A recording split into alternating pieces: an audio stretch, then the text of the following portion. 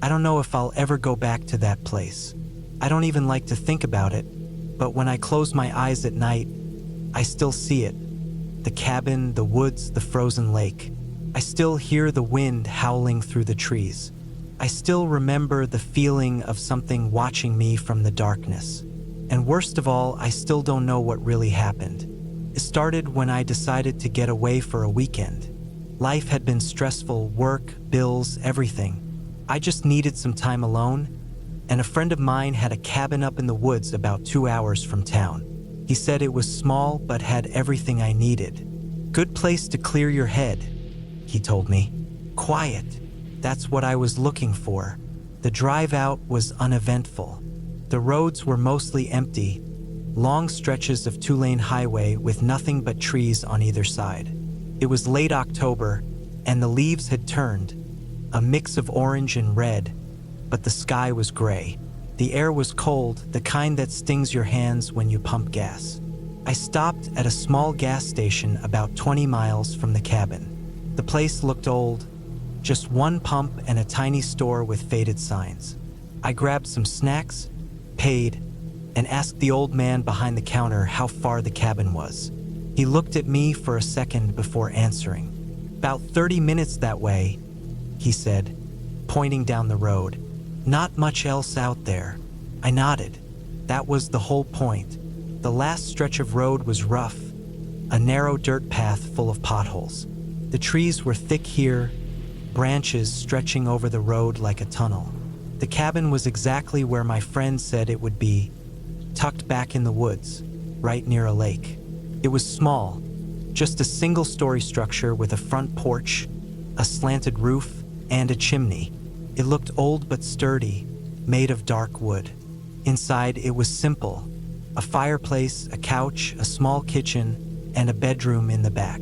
No TV, no Wi-Fi, just a radio and some books. That was fine by me. The air inside was stale, but I expected that. I set my bag down and started a fire.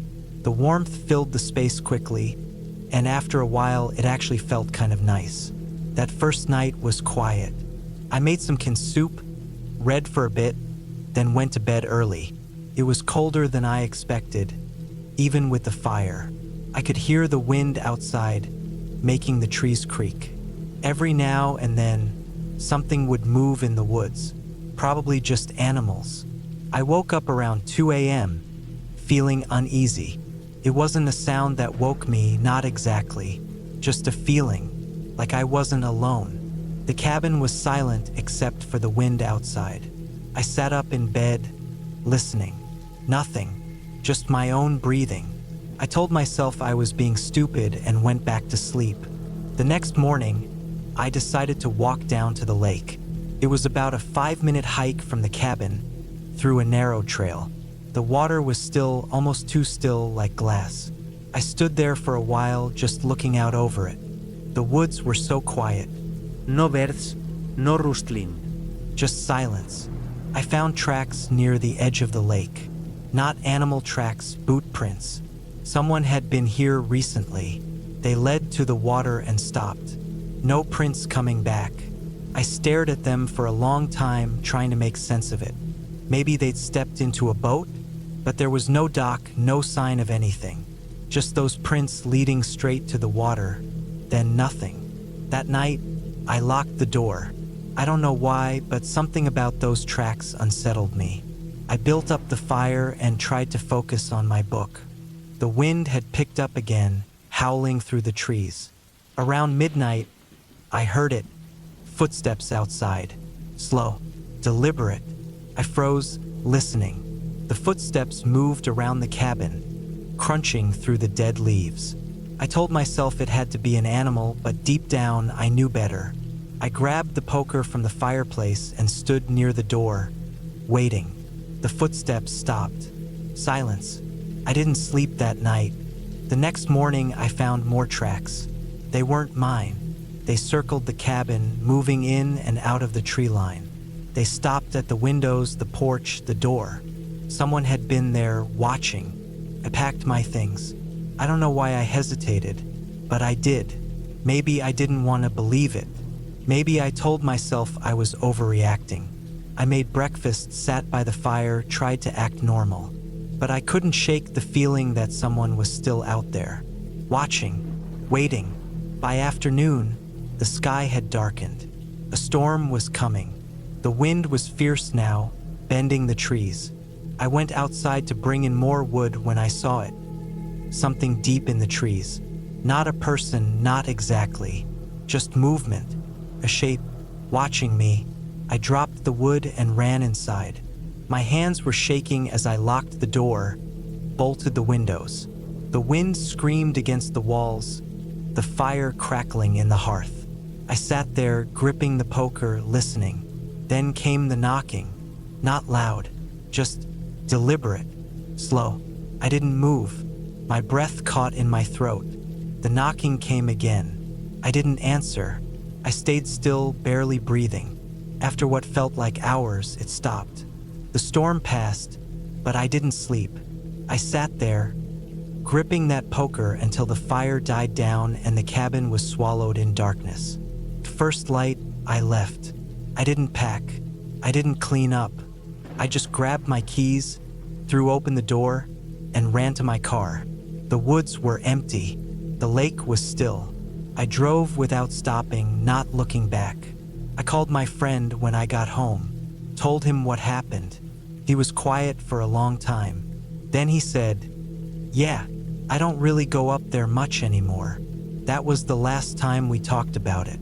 I don't know who or what was out there, but I do know one thing. I'll never go back."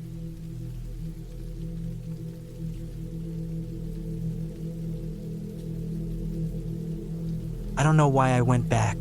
Maybe I wanted closure, or maybe I just wanted to prove to myself that what happened wasn't real.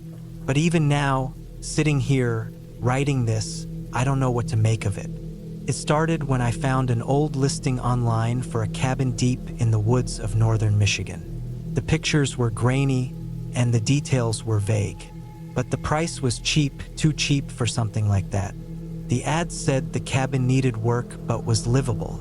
I had been looking for a place to get away, somewhere quiet, somewhere I could go to clear my head, and something about the cabin called to me. The drive out was long. The road turned from pavement to gravel and then to dirt, winding through thick forests with no cell service.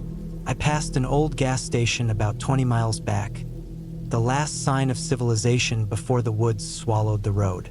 The farther I drove, the more I felt something gnawing at me. A slow creeping sense that I was going somewhere I shouldn't, but I pushed that feeling down. It was just an old cabin. When I finally arrived, the place looked worse than in the pictures.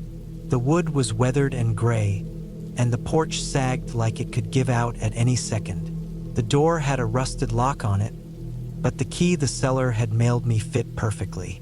Inside, the air was stale, thick with dust and something else, something sour.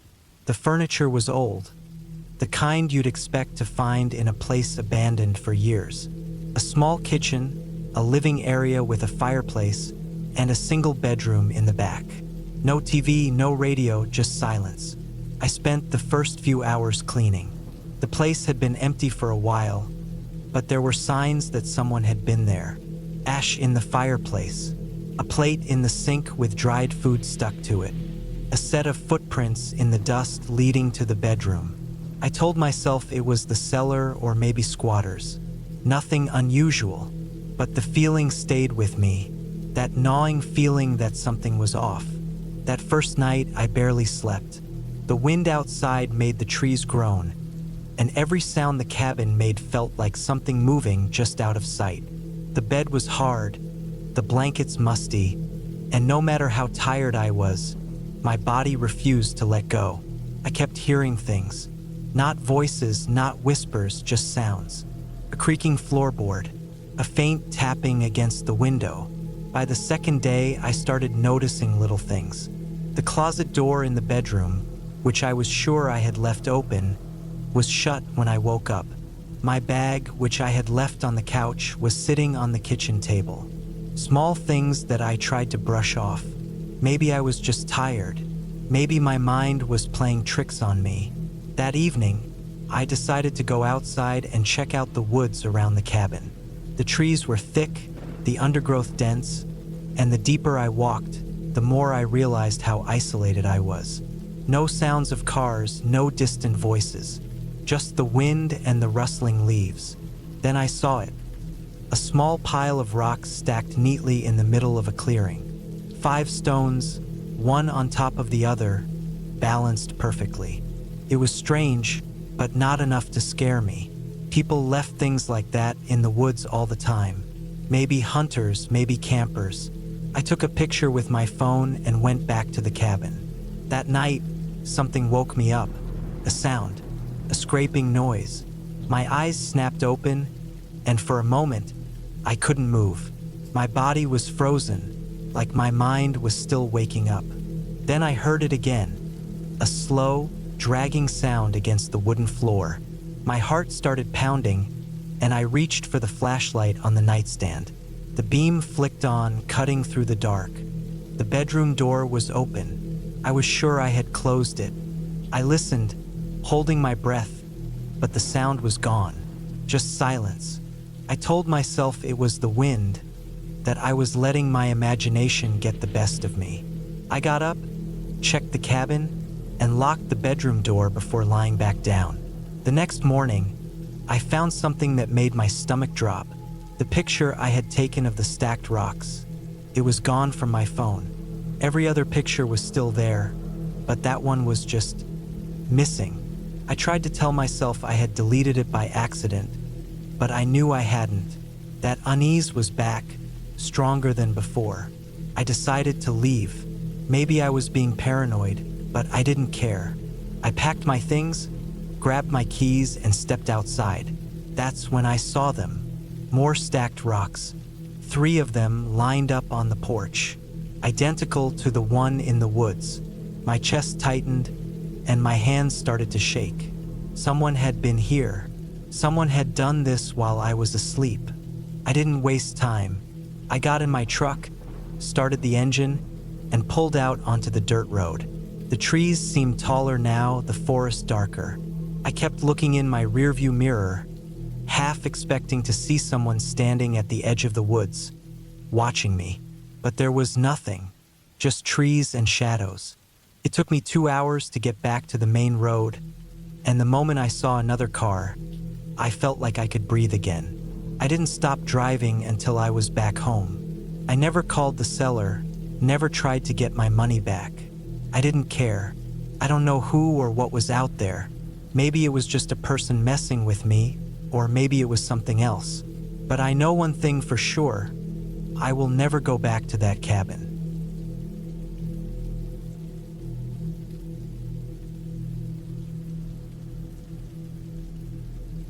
I never wanted to buy a cabin. It was my wife's idea. She grew up spending summers in one her grandparents owned, and when we came into a bit of money after her father passed, she thought it was the perfect way to invest. I didn't have a strong opinion about it, so I went along with it. That was my first mistake. We found a place in northern Minnesota, miles from any town, tucked deep into the woods. It had been sitting empty for years, but the bones were good sturdy logs, a stone fireplace, a wide porch looking out over a lake. The air smelled clean, and the quiet was unlike anything I was used to. We got it for a good price. That should have been my first warning. The first time we stayed there was in late September, just before the cold set in. It was supposed to be a test run, just a long weekend to get familiar with the place and make a list of repairs. We packed up the truck with food, blankets, and tools, and made the drive up from the city. The highway turned into a 2-lane road, then a dirt path, then nothing but trees in every direction. The cabin looked smaller in person. The wood was darkened with age, the roof sagging just slightly. A few windows were cracked, and the porch steps creaked under my weight. Inside, it smelled stale like dust and damp wood. Dead leaves had blown in through the gaps in the doorframe. There was no electricity, no plumbing beyond an old well pump out back. We had brought battery-powered lanterns and a camping stove, but the reality of how isolated we were settled in quick. The first day was uneventful. We cleaned, unpacked, walked down to the lake. The water was perfectly still, reflecting the sky in a way that made it hard to tell where one ended and the other began. The woods stretched out for miles, thick with pine and birch. It was beautiful, I had to admit that, but something about it felt off. The quiet was too deep. No birds, no rustling leaves, just a heavy, pressing silence. I told myself it was just my city nerves. That night, the temperature dropped fast. We built a fire in the old stone hearth and sat close to the flames. The wind picked up outside, making the trees groan. I felt uneasy, though I couldn't say why. Maybe it was just the unfamiliarity of the place. My wife didn't seem to notice anything. She was happy, relaxed in a way I hadn't seen in years. I didn't want to ruin it for her. I barely slept.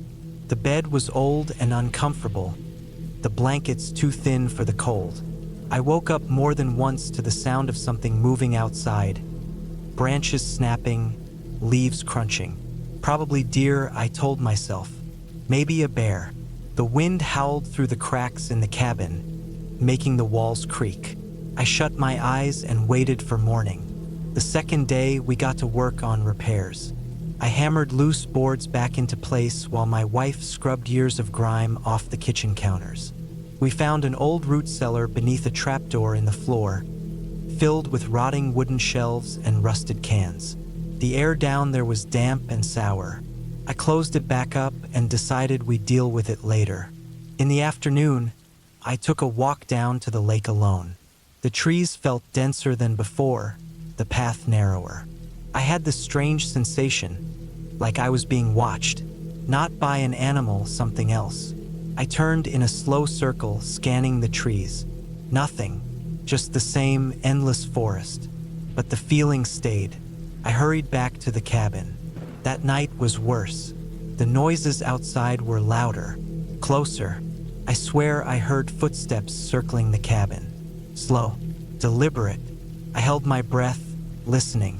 The fire had burned down to embers, casting weak shadows on the walls. I reached over and shook my wife's shoulder. She groaned but didn't wake. Then a sound. Not the wind, not an animal. A tapping, light, rhythmic, against the bedroom window. I didn't move, couldn't. My heart pounded so hard I thought I might be sick. The tapping came again, soft, insistent, like fingers against the glass. I turned my head slowly, my pulse roaring in my ears. The curtains were drawn, but I could see the faintest outline of something on the other side. A shadow, not quite human, too tall, too thin, just standing there. Then, as suddenly as it started, it stopped. I lay there, frozen, until the first light of morning. My wife woke up cheerful, completely unaware of anything. I didn't tell her. I didn't know how to explain it. I convinced myself I had imagined it. Lack of sleep, stress, the isolation playing tricks on my mind. We packed up and left that afternoon. We haven't been back since. We still own the place. It just sits there, empty, waiting. Every now and then, my wife suggests we go up again, fix it up properly, make it ours. I always find a reason not to. She doesn't push. I think deep down she feels it too, that something is out there, waiting.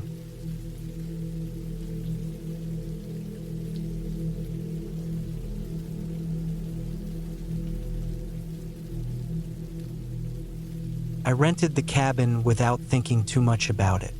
It was a last-minute decision, an attempt to get away from everything: work, city noise, stress. I just needed a break. The listing had been vague, but the pictures showed a sturdy wooden cabin tucked into a thick forest, and that was all I really cared about. The owner had sent me a brief email with the key code and a warning about the lack of cell service. That part didn't bother me. In fact, it was one of the reasons I wanted to go. I'd brought my laptop, but mostly to jot down some thoughts, not to stay connected. I wanted silence, space to breathe. The drive there was uneventful. Long stretches of highway, then miles of winding back roads, trees closing in on either side. I passed a few scattered houses, but they grew sparser the deeper I went. When I finally turned onto the gravel road leading to the cabin, I felt something settle in my chest, a kind of quiet relief. The place was just as it had looked in the pictures. A small, sturdy structure with a wraparound porch nestled deep in the woods. The trees were tall and dense, their bare branches clawing at the gray sky. The air was crisp, carrying the scent of damp earth and decaying leaves. Inside, the cabin was simple. A living area with a worn-out couch, a stone fireplace, and a small kitchen with a wooden table pushed against the wall. There was one bedroom and a bathroom in the back. Everything was clean, but it had that unmistakable smell of old wood and dust, like it had been sitting empty for a while. I unpacked my things quickly, setting my bag by the couch and my laptop on the small table.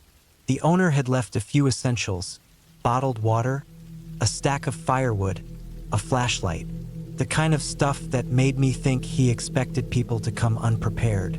I wasn't. I had enough supplies to last the weekend, plus a flashlight of my own, and a hunting knife I always carried when I camped alone. That first evening was uneventful. I made a fire, heated up a can of soup, and sat on the porch for a while, listening to the quiet. The woods stretched endlessly in every direction, dark and unmoving. I hadn't seen another person since I turned off the main road. It felt like I was the only one left in the world. I slept lightly that night, the unfamiliar silence pressing in on me. Around 3 a.m., I woke up to a noise, something small, scratching against the outside wall. I held still, listening. Probably just an animal. A raccoon, maybe. Scratched for a while, then stopped. I rolled over and went back to sleep. The next morning was colder. I made coffee on the small gas stove and stepped outside, my breath fogging in the air. The forest was eerily still. No birds, no rustling leaves, just silence. I decided to walk a bit, get a better sense of my surroundings. The trail behind the cabin was narrow and overgrown, but it looked like it had been used at some point. I followed it for about a mile before I noticed something off. The trees were marked, deep gouges in the bark, evenly spaced, running up the trunks. Not natural, not from an animal. Someone had done this, and recently. The exposed wood was fresh, pale against the dark bark.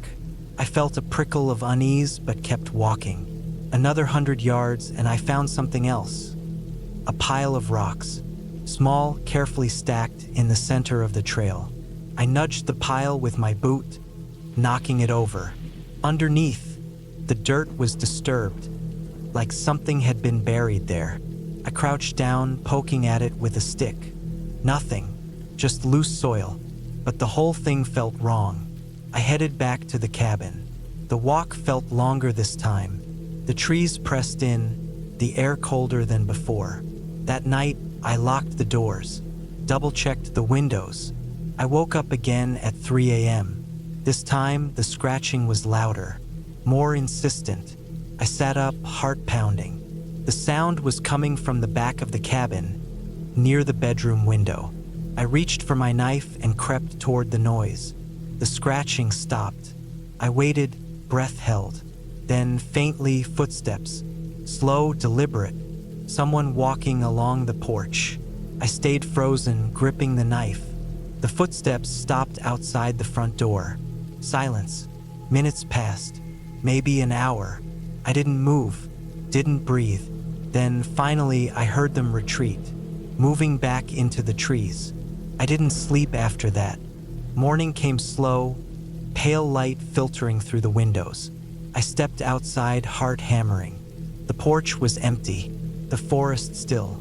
But in the dirt, just in front of the steps, were footprints. Bore.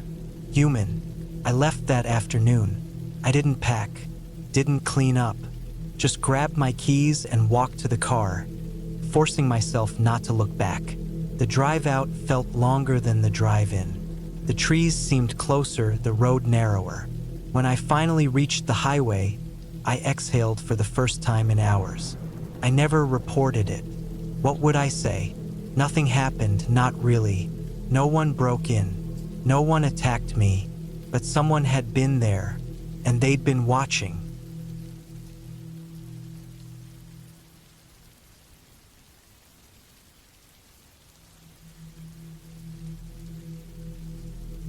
I drove up the winding mountain road, my truck groaning under the weight of the camping gear in the back.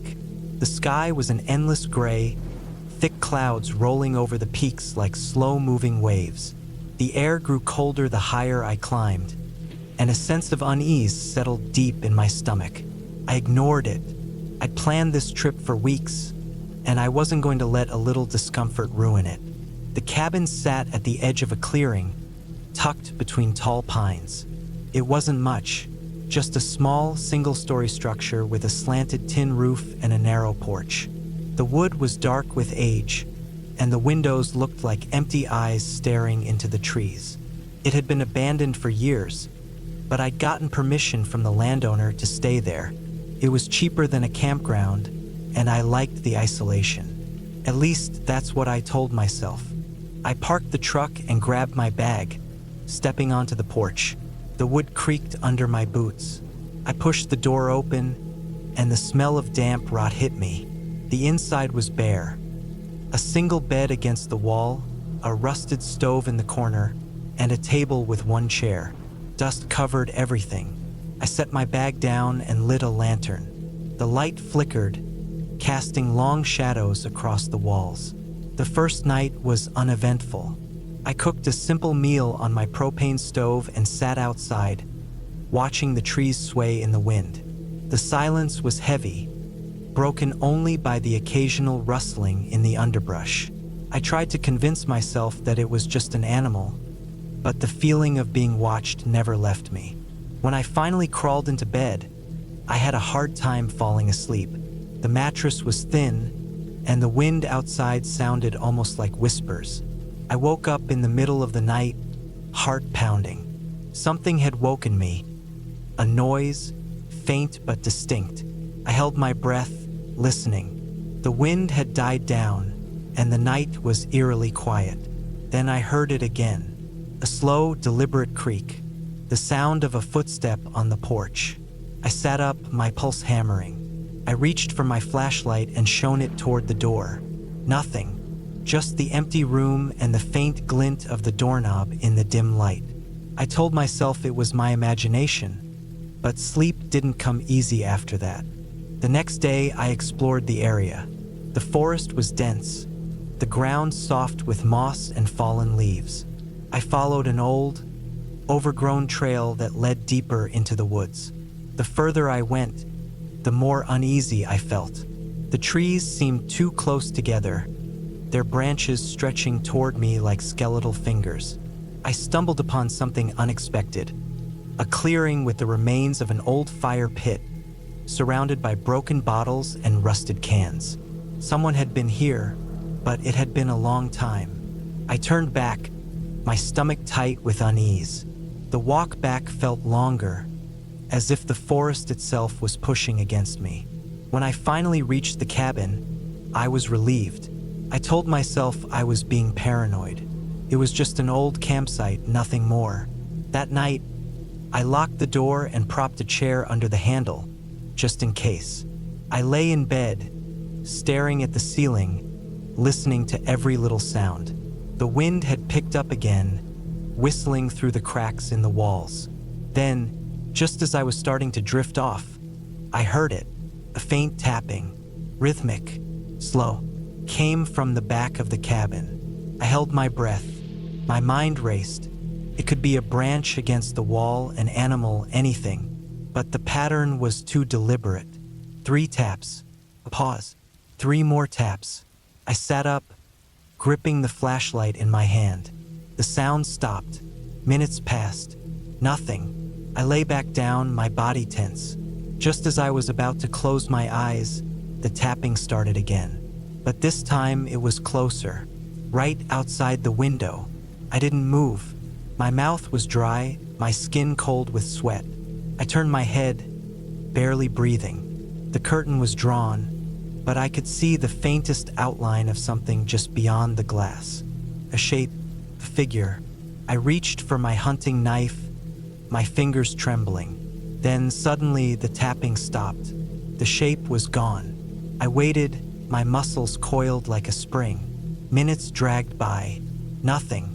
Finally, exhaustion won.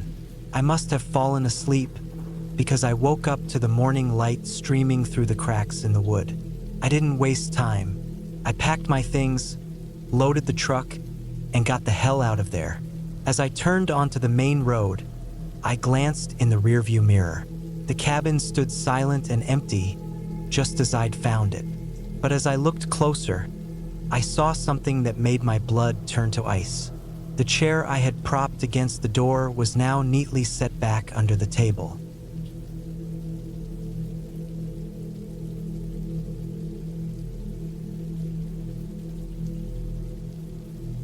I don't know why I said yes to the trip.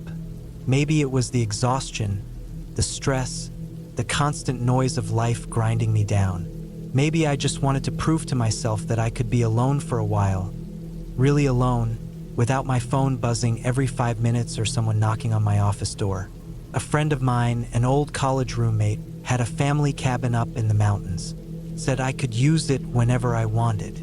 I never took him up on it before, but when I found myself staring at my computer screen, heart pounding from nothing at all, I figured it was time for a break. He left me directions, a key under a fake rock by the porch, and a warning about the generator. "It's old," he told me, "so don't push it too hard." I didn't think much of it at the time. The drive was long, winding roads through thick woods, nothing but trees and silence pressing in from both sides. My car was the only one on the road for miles. I should have found that peaceful, but something about it felt off. Too empty, like I had missed some unspoken rule about not being here. The cabin itself was basic. One-story wood, sitting on a small clearing with trees all around. No neighbors, no roads leading anywhere else. Just me and the woods. Inside, it smelled like dust and old wood. The furniture was rough but solid. A small kitchen, a fireplace, a single bedroom in the back. There was a landline, but my friend had already told me it barely worked. The generator was out back, humming steadily when I turned it on, casting a dim glow from the single bulb in the kitchen. The first night was fine. I made dinner from the supplies I packed, sat on the porch with a beer, and let the quiet sink in. The wind moved through the trees, and every so often, I'd hear a branch snap in the distance. Normal forest sounds. I should have left the next day. I woke up to find the generator had shut off. The cabin was cold, the air still. I threw on a jacket and went outside to check it. It was fine, just out of fuel. I refilled it from the can my friend left and got it running again. The lights flickered back on, and I went about my day. That night, I woke up again. Not because of the cold. Something had knocked against the cabin wall. A solid, deliberate sound. I sat up, holding my breath, listening. Nothing. Maybe a branch, I thought. Maybe the wind. I forced myself to relax and went back to sleep. The next morning, I found tracks in the dirt outside. Not animal tracks, not boot prints, bare feet. They started at the tree line, came up to the cabin, right beneath my window, then turned and walked back into the woods. I stared at them for a long time. They were human, definitely, but something about them was wrong. The toes were too long, the arch too high, like someone who had never worn shoes in their life. I tried to brush it off. Maybe some hiker got lost. Maybe I was imagining things. That night, I locked the door, checked it twice, left the light in the kitchen on. I lay in bed, staring at the ceiling, listening. Sometime in the middle of the night, the knocking came again. Not against the wall this time, against the window, just a single knock. Not a tap, not a random scrape from a tree branch. A hard, deliberate knock. I didn't move. The window was right next to the bed. The blinds were down, but I knew if I pulled them up, I would see something standing there, looking in. I don't know how long I lay there, heart hammering. I wanted to tell myself it was my imagination, but I couldn't. The sound was too real. Eventually, I must have fallen asleep because I woke up to daylight. The first thing I did was check outside. The tracks were there again, leading from the trees to my window, then back into the woods. I packed my things. I wanted to be gone before nightfall. Whatever was out there, I didn't want to find out. But when I went to start my car, it wouldn't turn over. Battery dead. I sat there, gripping the wheel, breathing through the panic. The nearest town was miles away. The landline barely worked. I got out, popped the hood, checked the battery. The cables were loose. That was weird, but I tightened them, tried again. The engine sputtered, coughed, then finally roared to life. I didn't go back inside. I left the key under the fake rock and drove out of there as fast as I could. As I was pulling onto the main road, I glanced in the rearview mirror. Something was standing at the edge of the trees, not moving, just watching. I didn't stop. I didn't slow down. I drove until I hit the next town, pulled into a gas station, and sat there with my hands shaking on the wheel. I never told my friend what happened, never went back. But sometimes, in the middle of the night, I wake up thinking I hear knocking, and I never, ever look at the window.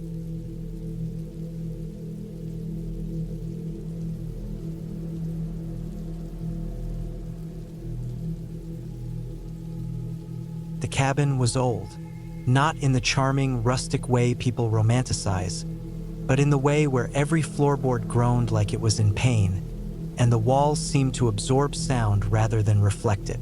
It stood in the middle of nowhere, deep in the woods, where the trees grew thick enough to blot out the moonlight. It belonged to a friend of a friend, someone who let people stay there if they wanted to disconnect for a few days. I had no reason to disconnect. I wasn't running from anything, wasn't in search of solitude. But when the opportunity came up, I figured, why not?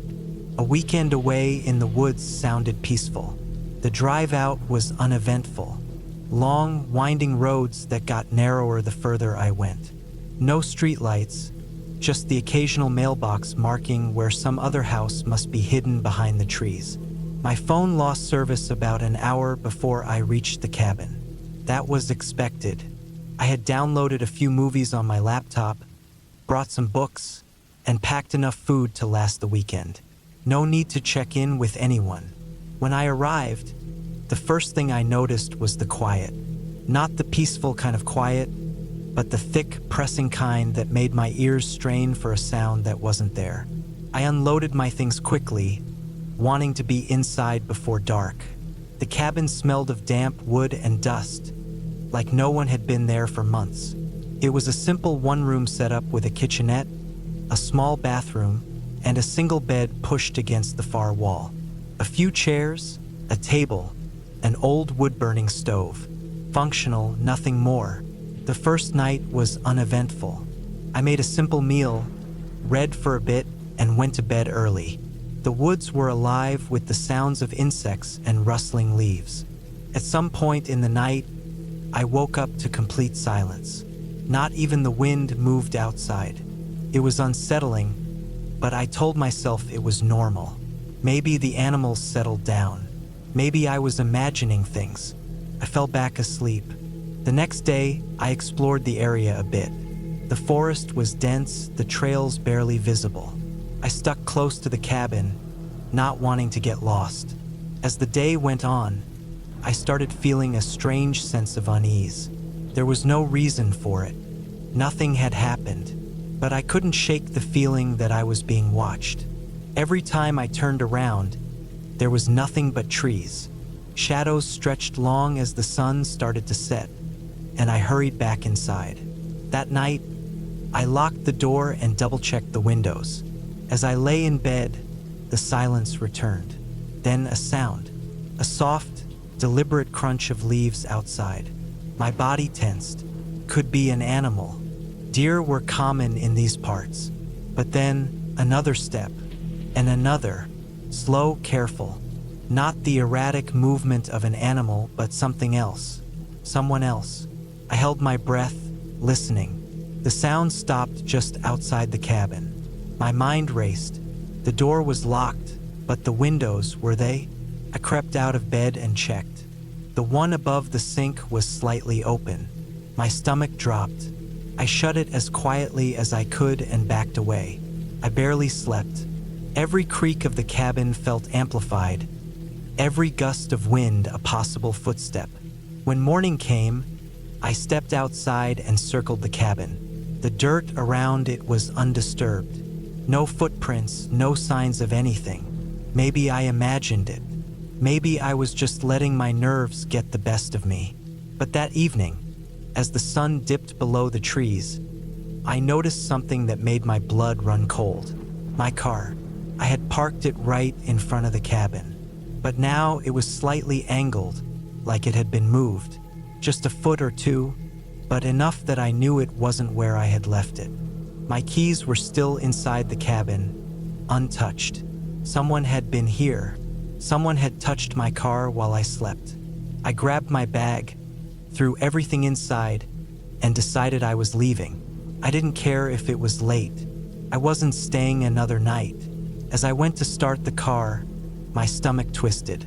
The keys turned, but the engine wouldn't start. Not even a click. I tried again. Nothing. I sat there, gripping the steering wheel, trying to keep my breathing steady. The battery was fine. The lights worked, the dashboard lit up. But the engine wouldn't turn over. Someone had done this. I wasn't staying inside the cabin. I wasn't staying anywhere near it. I grabbed my flashlight and my bag and started walking. The nearest main road was a few miles away. If I could just make it there, I could flag someone down. The woods were different at night. Every sound felt sharper, closer. My flashlight cut through the darkness, but it didn't stop the feeling that something was just beyond its reach. Following quickened my pace. An hour passed, maybe more. My legs burned, my breath came fast. But finally, I saw the break in the trees, the road ahead. Relief flooded me. I stepped out onto the asphalt, scanning for headlights. Then I saw them, further down the road, barely visible in the dim moonlight, footprints. Bora. Leading from the direction of the cabin. They stopped where I stood. Whoever had been out there, whoever had moved my car, had walked this same path, had stopped at this exact spot. I ran. Eventually, a car came. I waved it down, breathless, barely able to explain. The driver took me to the nearest town, to a small gas station where I could call for help. The police checked the cabin the next day. Nothing was missing, nothing out of place. My car started without an issue. There were no footprints, no signs that anyone had been there but me. I never went back.